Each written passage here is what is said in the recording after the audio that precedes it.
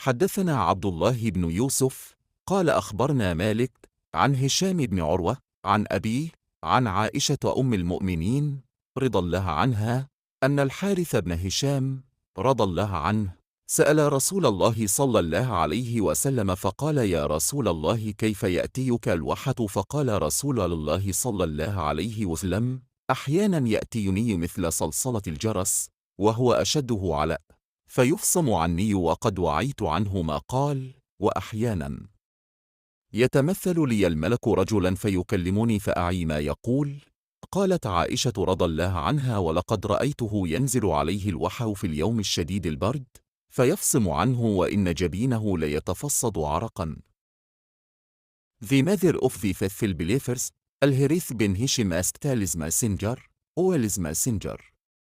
has the divine inspiration revealed to you على